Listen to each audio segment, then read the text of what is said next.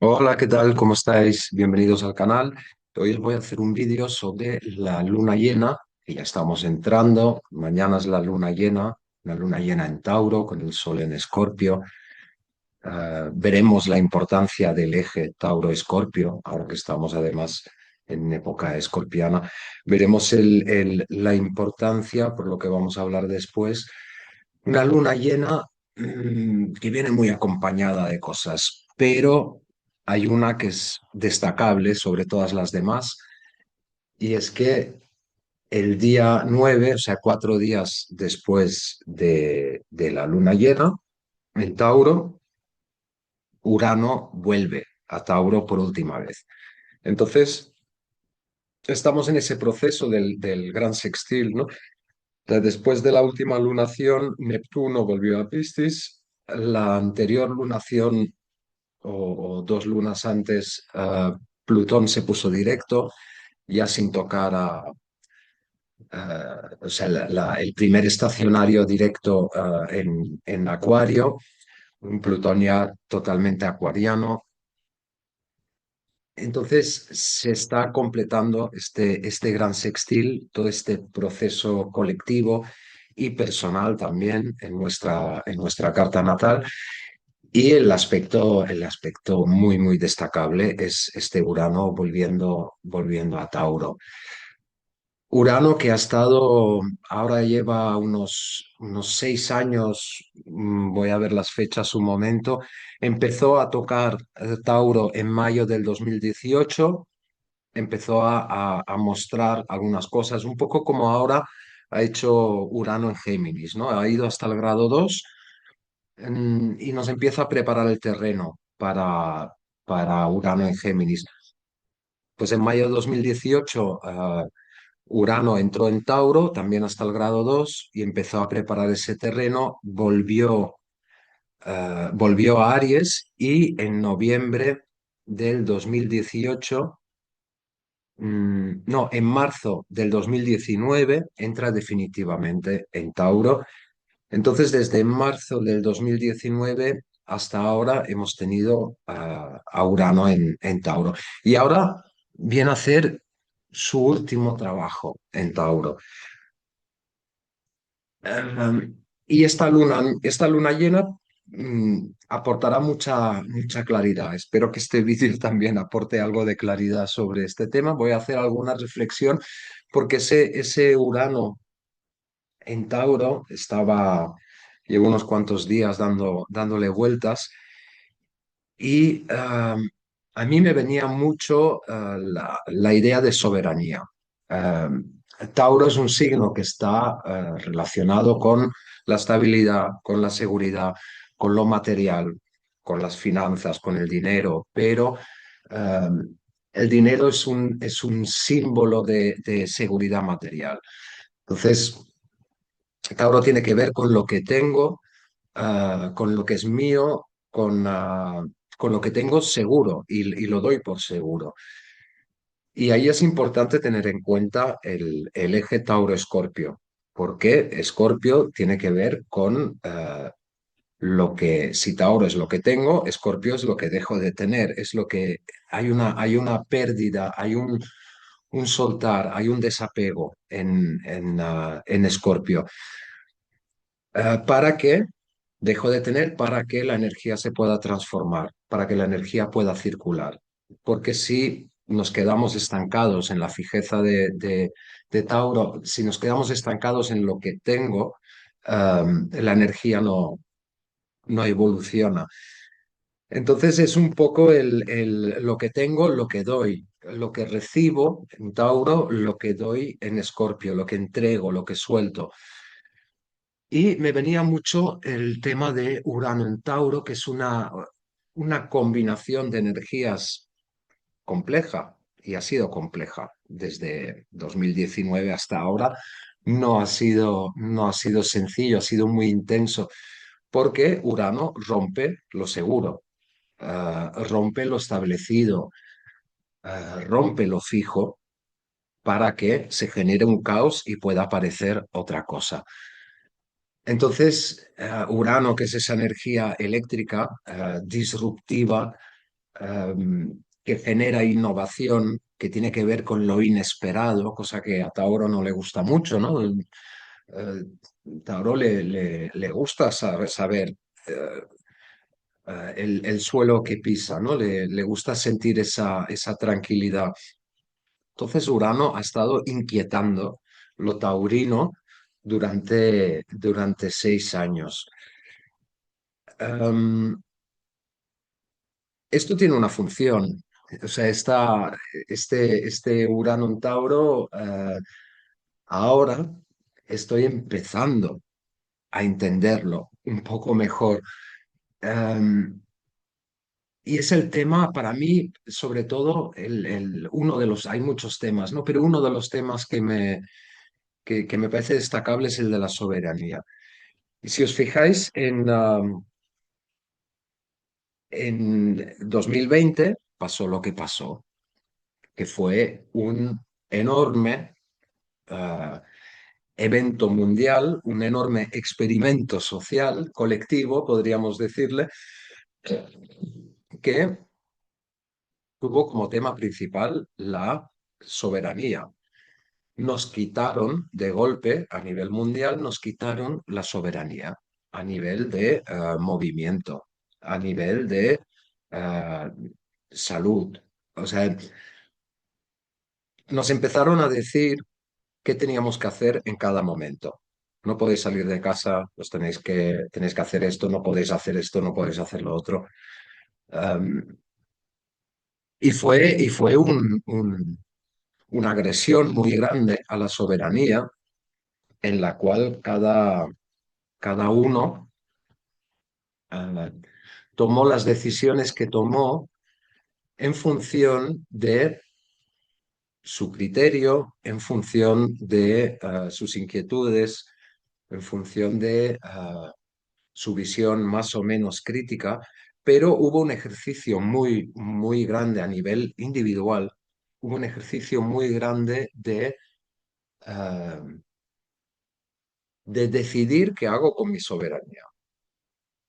O sea, a cada momento, a medida que nos iba llegando información o desinformación, que ese es otro tema, o sea, cada uno decidió dónde informarse o dónde desinformarse, dónde obedecer, dónde desobedecer, porque las consecuencias eran una situación muy compleja. Porque a nivel colectivo fue un gran trauma y a nivel personal también fue bastante traumático. Esto ahora se ha estado digiriendo desde el 2020 hasta ahora. Ha habido todo un proceso que todavía no está del todo resuelto, pero se empieza a resolver. Cada uno empieza a digerir las decisiones que tomó o que no tomó. Eh, y empieza a hacerse cargo de esa soberanía que decidió tener o decidió ceder. Entonces, el tema, o sea, Urano irrumpió, rompió todo lo seguro, nos lanzó a la incertidumbre mm, total, de alguna manera, y se nos ordenó entregar nuestra soberanía. ¿Esto a qué lleva? Pues lleva a que estemos obligados a trabajarnos nuestra soberanía, pero como desaparecen las certezas taurinas, desaparece lo seguro, desaparece lo estable, no sabemos con qué contar, um, hay que resignificar lo que es soberanía, hay que redefinir la soberanía. Y ahí me venía una imagen con mucha claridad, que es la de un filósofo de más o menos de justo la época prehelenística, de unos 350 años antes de Cristo, que es Diógenes de Sinope. Diógenes el cínico, el filósofo perro. Ah,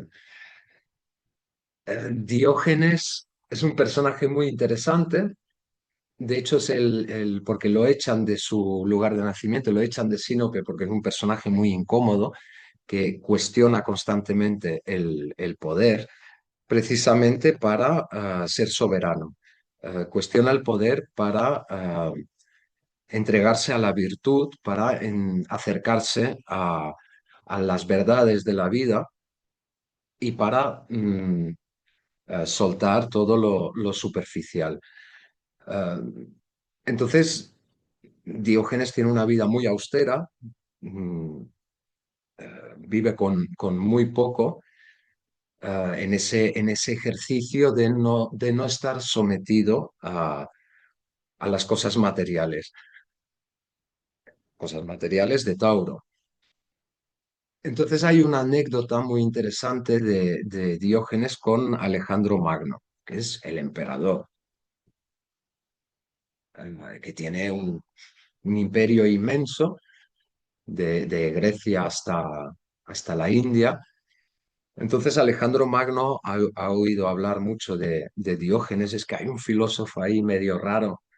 Entonces ha oído hablar mucho de Diógenes, entonces Alejandro entra en Corinto con todo su séquito y su ejército y esto, y va a ver a Diógenes. Entonces Diógenes vive en una tinaja, o sea, vive sin nada, entonces va a verlo porque quiere conocerlo. Y le dice, dime qué te puedo ofrecer, dime qué te puedo dar. ah, Porque yo te lo puedo ofrecer, ¿no? Dime lo que quieres que yo te lo puedo ofrecer. Entonces Diógenes se lo queda mirando y le dice, quiero que te apartes porque me estás tapando el sol. Y claro, Alejandro, que es el gran emperador, el gran soberano, dice, ¿no me temes, Diógenes? Entonces Diógenes le dice, si eres un buen hombre, no tengo por qué temerte. Y Alejandro acaba diciendo, algún día me gustaría ser como Diógenes. Entonces, ¿qué hay en esa anécdota? Un mendigo, porque Diógenes vive de la mendicidad, o sea, un mendigo ah, hace que el emperador se mueva dos veces. Primero lo viene a ver y después le dice que se aparte porque le tapa el sol. Que eso es lo único que le puede ofrecer, porque no quiere sus riquezas, no quiere nada material. Quiere algo que no es cuantificable, que son los rayos del sol. Entonces Diógenes lo que le está mostrando es que es más soberano que el emperador, que es el soberano. Eh, Diógenes que no tiene nada, el menos es más, de alguna manera, o ese dicho de no es más rico el que más tiene, sino el que menos necesita. O sea, Diógenes es más soberano que Alejandro Magno. Y Alejandro Magno se lo reconoce. Entonces, Urano, o sea, la figura de Diógenes la veo muy de ese Urano en Tauro. Cuando nos quieren quitar toda la soberanía, ¿qué es lo que nos hace soberanos realmente? Lo que nos hace soberanos es la riqueza no cuantificable, esas cosas que decimos, es que esto no tiene precio. No es cuantificable, no está en la lógica económica capitalista. Entonces, durante estos últimos 6 años y ahora es el último proceso de ese Urano en Tauro que volverá a entrar, que entrará definitivamente en Géminis el abril, a mediados de abril del año que viene. Este proceso de aquí hasta abril nos toca revisar ese tema de nuestra soberanía. ¿A qué le estamos dando importancia? ¿En lo material o en el desapego? O sea, este vídeo lo he llamado La conquista en la pérdida. En la pérdida hay una ganancia también. O sea, el tema es que hemos crecido en una sociedad que aquello que se valora, que es lo taurino, es la seguridad en nosotros mismos, es el tener grandes certezas y es el ganar. O sea, el arquetipo de héroe occidental es el hombre fuerte, seguro de sí mismo, ganador. Urano viene a cambiar esto y dice, bueno, es que también hay conquista de soberanía, hay conquista de poder personal en cierta pérdida, en cierta renuncia o en el desapego. Ahí nos liberamos. Eso es lo escorpiano del eje Tauro-Escorpio. Ahí se libera algo. Entonces me venía, por otro lado, me venía un diálogo entre dos figuras que me gustan mucho. El otro día vi un fragmento de diálogo. Uno es Darío Strajnaber, que es un filósofo, profesor de filosofía, divulgador de la filosofía argentino, y el otro es Alejandro Dolina, que bueno, es una figura un poco global, es poeta, escritor, músico, hace radio, ha hecho de todo, pero es un mago de la palabra. Entonces, los dos son bastante magos de la palabra, ¿no? De hecho, a Alejandro Dolina le han dado el premio Ondas hace poco, la semana pasada o la anterior. Entonces hay un fragmento de diálogo entre Darío y Alejandro Dolina, eh, que Darío le pregunta a Alejandro, le pregunta, ¿es capaz el ser humano de un vínculo no interesado? Entonces empiezan a analizar este tema, empezando por, en principio, en la naturaleza y en todos los vínculos hay un interés subyacente, pero que el ser humano queda la esperanza, de alguna manera, lo dicen de una manera muy, muy bonita, os lo aconsejo mucho ese diálogo, queda la esperanza de que el ser humano pueda ser capaz de un vínculo no interesado. Entonces hablan de la amistad y del amor y llegan a la conclusión bastante romántica y bastante poética, pero yo creo que muy profunda a la vez. Llegan a la conclusión de que en el amor y en la amistad se pierde. O sea, la esencia y su diálogo, los diálogos que ellos tienen, es un ejemplo de esto. Es un ejemplo de diálogo amistoso. Em, la esencia de la amistad, o podríamos incluso decir la esencia del diálogo, es la predisposición a perder. Hay una entrega. Se quiere que el otro gane, desinteresadamente, se quiere que el otro gane. Si el otro también quiere que tú ganes, ahí se da un diálogo o se da la amistad o se da el amor.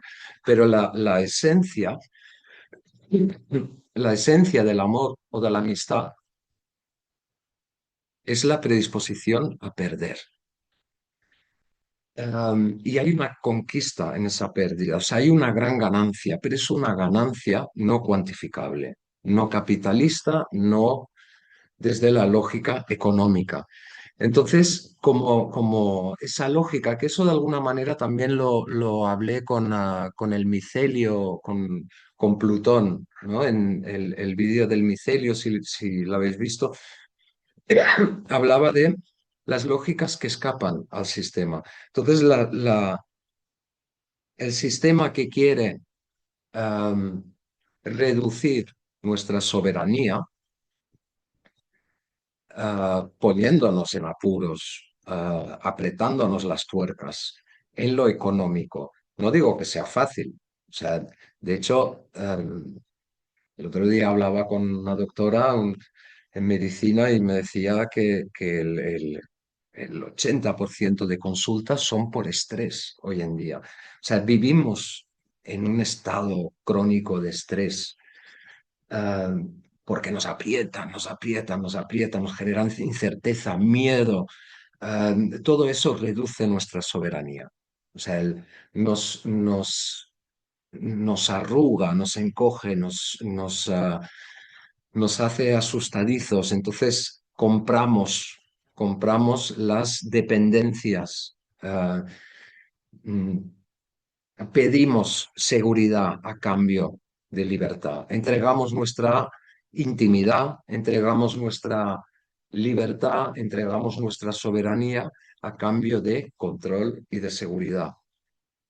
Falsas promesas, por cierto. O sea, em, pero hay hay ese intercambio que se va haciendo, ¿no? Y con las nuevas tecnologías, em, cada vez nos van encaminando más hacia ahí, ¿no? Entonces, ¿cómo escapar de ese cerco que se va, de esa trampa que se va ajustando cada vez más y que nos quiere quitar soberanía, nos quiere quitar criterio propio, nos quiere quitar pensamiento libre, autonomía? Mm, ¿Cómo escapar de ahí? Pues con lógicas que escapan a su lógica. Y una lógica que escapa a la lógica del poder es una de las lógicas, es ese micelio plutoniano, y otra lógica que escapa es esa conquista de la pérdida, esa conquista de la renuncia. ¿Por qué? Porque ahí ganamos enormemente en algo que no es cuantificable. Y el sistema solo sabe cuantificar, solo sabe hacer cálculos. Aquello que es etéreo, que no es um, sí, cuantificable, que no es sólido. ¿Cómo defines el amor? ¿Cómo defines la amistad? ¿Cómo defines ese valor añadido? ¿Cómo defines la cooperación del micelio, la colaboración desinteresada, em, que tiene un interés también? Tiene un interés, pero no es cuantificable. Entonces, mm, yo creo que el ejercicio de estos 6 años y el último ejercicio, porque de alguna manera nos quieren llevar a la moneda digital, nos quieren llevar a un mayor control, tanto de nuestra intimidad, la pongo entre comillas, o sea, quieren que entreguemos nuestra intimidad a cambio de una supuesta seguridad. Um, pero, por ejemplo, si vamos a lo que sucedió en el 2020, que sacaron un pasaporte y todo, ¿no? Que tenías que, bueno, pues una vez tengan la moneda digital, por ejemplo, o como ahora están en el Reino Unido, están con el DNI digital, o sea, la identificación digital y todo esto, o sea, se van dando pasitos, o sea, cuando todo esto esté, y ya te pueden decir, oye, si tú no obedeces tal y si tú no haces exactamente lo que te decimos, o sea, si tú quieres o pretendes ser soberano, pues te cortamos el grifo de la moneda digital. Am, si tú no te pones determinadas cosas dentro de tu cuerpo, o sea, otras soberanías, o sea, se quieren hacer la biopolítica, se quieren hacer con nuestros cuerpos, ¿no? Si tú no te pones esto, ah, te apretamos las tuercas. Un poco el sistema chino, ¿no? El de si te saltas un semáforo, después no te dejan coger el transporte público y así te van apretando hasta que te marginalizan y te empobrecen, te aprietan, te aprietan. Entonces, vamos hacia esto, sobre todo con Plutón en Acuario, o sea, es la sombra de lo que estamos viviendo, que también hay luces, ¿eh? O sea, está ese micelio, está esa soberanía no cuantificable, esas otras vías están, pero la sombra de todo esto es que nos quieren llevar hacia ahí. Entonces, el tema de esa visión que puede parecer muy, muy romántica, pero que es real. O sea, pasamos de una era de tierra a una era de aire. El aire es mucho menos cuantificable que la tierra. Entonces, cuando Urano pase a Géminis, se abrirán muchas posibilidades donde lo valioso ya no es tanto eso cuantificable, sino que lo valioso es la información, lo valioso es ah, algo que escapa, algo que es un gas, que es aéreo, algo que ellos no pueden controlar de la misma manera. La libertad de pensamiento, o sea, eso va a ser un valor. Pero para eso nos tenemos que desapegar de muchas cosas, tenemos que soltar cosas y tenemos que empezar a valorar aquello que no es cuantificable.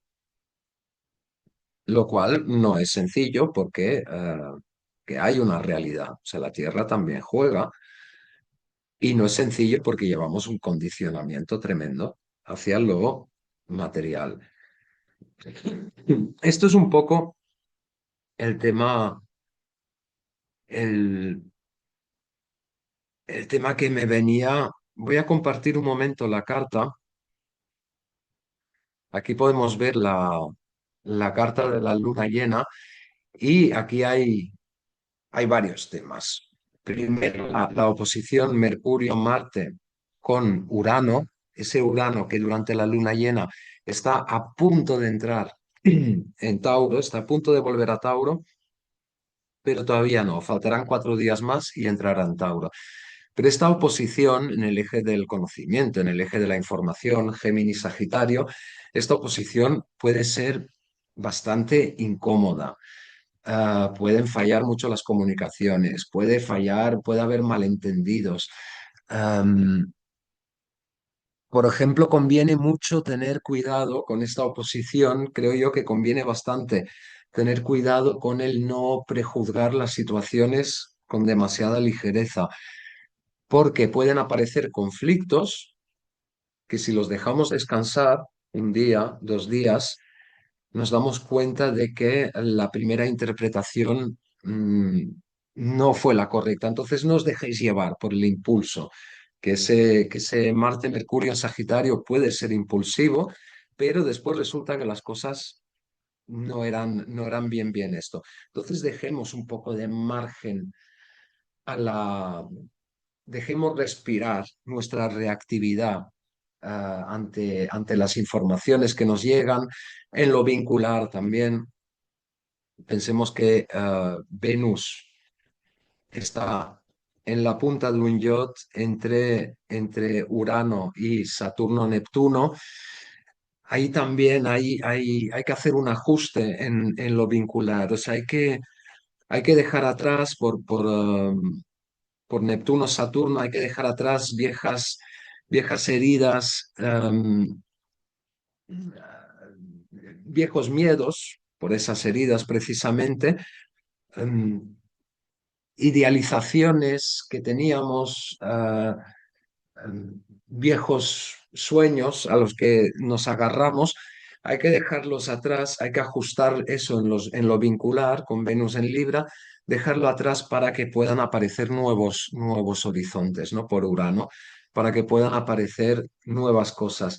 Pero por eso es un momento para intentar no ser demasiado reactivos. Aquí hay un asunto muy interesante y es que, claro, en esta luna llena el Sol está en Escorpio y los regentes Plutón y Marte están en sextil. Entonces, ese es un aspecto muy, muy importante que nos puede ayudar. Nos va a hacer muy resilientes, nos va a hacer muy... nos va a ayudar mucho en esas situaciones en las que normalmente reaccionaríamos de forma impulsiva. Este aspecto nos va a permitir ver qué hay detrás y nos va a permitir tomar cierta distancia y decir, espérate, que igual no es tan malo esto, ¿no? Entonces es un aspecto muy interesante que acompaña esta luna.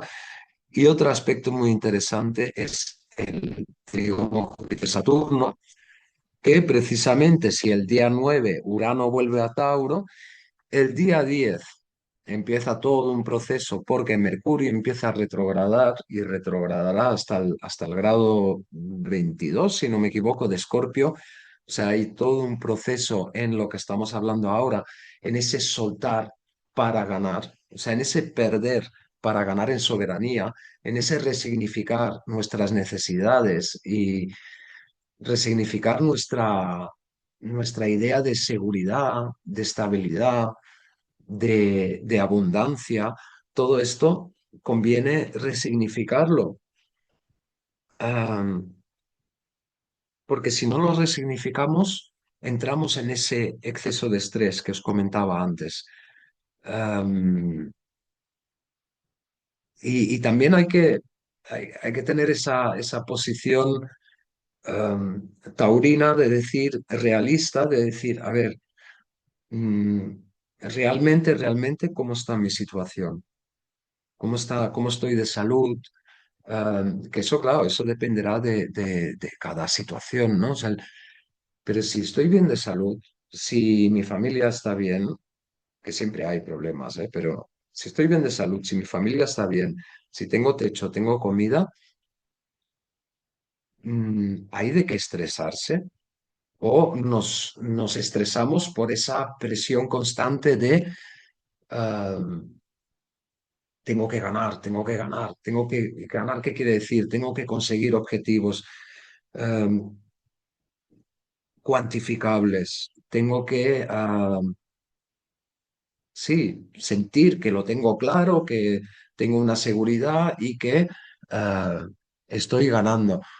Ah, depende.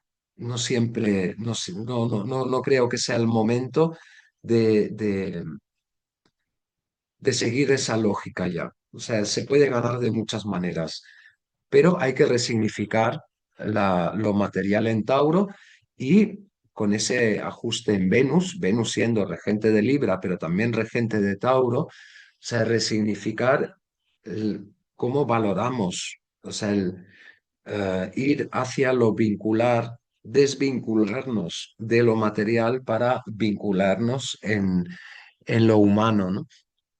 Y en eso no cuantificable.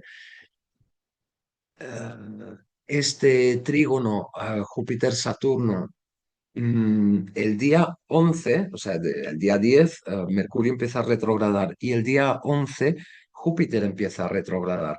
Entonces empieza ese proceso, esa danza en ese trígono Júpiter-Saturno, donde se cruzarán varias veces. Bueno, varias veces, creo que una, dos, creo que se cruzan dos veces, o sea, ah,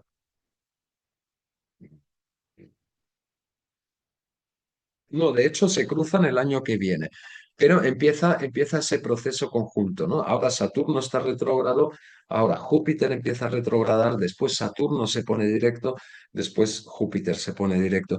Entonces hay un proceso interior de también, si vamos a la conjunción Júpiter-Saturno del diciembre del 2020, en el grado cero de Acuario, que es donde empieza este ciclo, ahora empieza un proceso interno de aquello que pusimos en marcha en ese diciembre de 2020, enero, febrero de 2021, aquello que empezó ahí, ahora empieza a tomar forma de una manera armónica. O sea, ya hemos pasado estos meses de la cuadratura, donde sí se cruzaron tres veces, y ahora ya estamos en el proceso de trígono, que es mucho más armónico, donde la cosa empieza a circular, empieza a fluir y empieza a avanzar.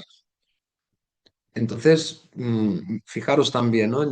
En cosas que iniciasteis allá donde tengáis eh, acuario, o sea, el grado cero de acuario, o sea, cosas que iniciasteis en ese grado cero de acuario, alrededor de ese grado, ahora empiezan a tomar forma de una manera mucho más clara y mucho menos esforzada, como sería el caso de la cuadratura, ¿no? Mucho menos de ese esfuerzo de construcción ahora empieza a dar sus frutos y, y entra en una fase mucho más armónica.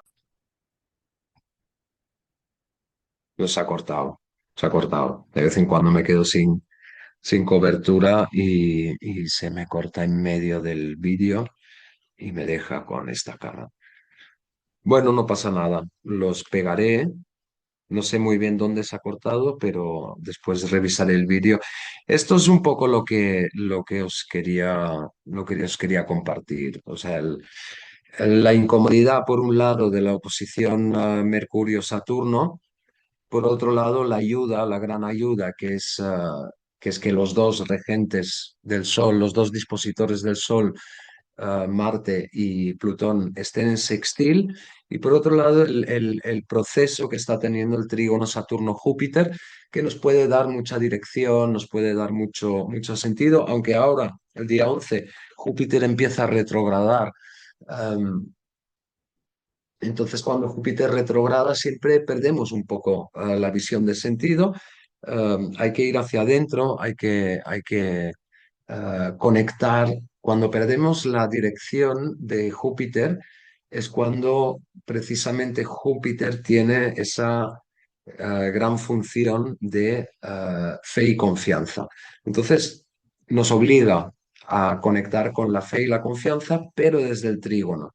O sea, hay razones para confiar, hay razones para tener fe en aquello que empezamos en diciembre de 2020 con la conjunción Júpiter-Saturno. Por otro lado, esta figura sigue muy activa.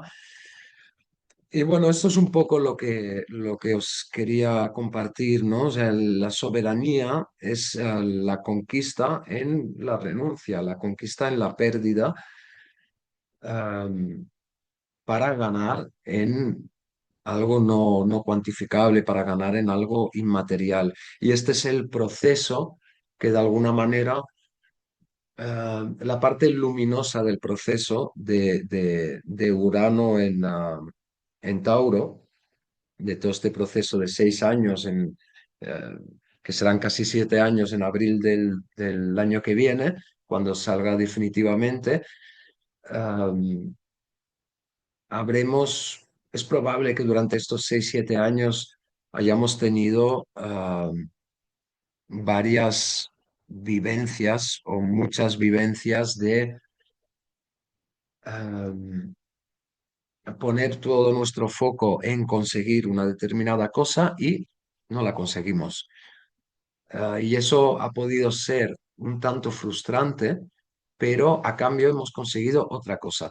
Entonces, el tema es valorar esas otras cosas que hemos conseguido, que no son quizá tan materiales, no son tan cuantificables, pero son experiencia, eh, es, eh, es un valor añadido que no nos esperábamos, porque Urano también trae esas sorpresas y, y esas cosas que no nos esperamos, ¿no? Entonces, valoremos todo eso también. Valoremos aquello que nos ha aportado más soberanía personal, que es que es un gran valor, ¿no? Pensemos en Diógenes. Diógenes es más soberano que Alejandro Magno y Alejandro Magno lo sabe. Entonces, seamos un poco más Diógenes y un poco menos ah, héroes conquistadores occidentales.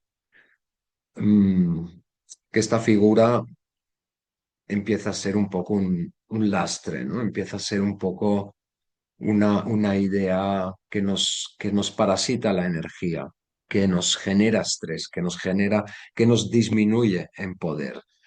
El winner, el ganador, ¿no? O sea, bueno, pues como dice Alejandro Dolina, el negro Dolina, no sé si quiero ser, no sé si quiero encarnar ese arquetipo. Um, Porque el otro, que no tiene por qué ser un perdedor, pero no es el ganador, el otro tiene muchos valores añadidos, tiene muchas riquezas no cuantificables y por lo tanto no manipulables. Bueno, eso es lo que pegaré los dos vídeos. Esto es lo que os quería compartir sobre esta luna llena, que aportará mucha información sobre esto, pero más allá de esta luna llena, el aspecto muy destacable es todo ese proceso de 6 7 años de Urano en Tauro, de resignificación de nuestro vínculo con lo material y con eso que llamamos abundancia, ¿no? También hay que resignificarlo. De hecho, hay una abundancia que es muy taurina, que es la abundancia de lo sencillo, la abundancia, y ahí también está Diógenes, ¿no? O sea, la abundancia de lo natural. Eh, Cuando tenemos un tomate, lo abrimos, está lleno de semillas, plantamos esas semillas y de un tomate salen un montón de tomateras eh, que hacen cientos de kilos de tomates. Esa multiplicación natural, esa es la abundancia de lo sencillo, la abundancia de lo natural. Em, entonces resignifiquemos también lo que es abundancia. Bueno, muchas gracias por estar ahí y hasta la próxima.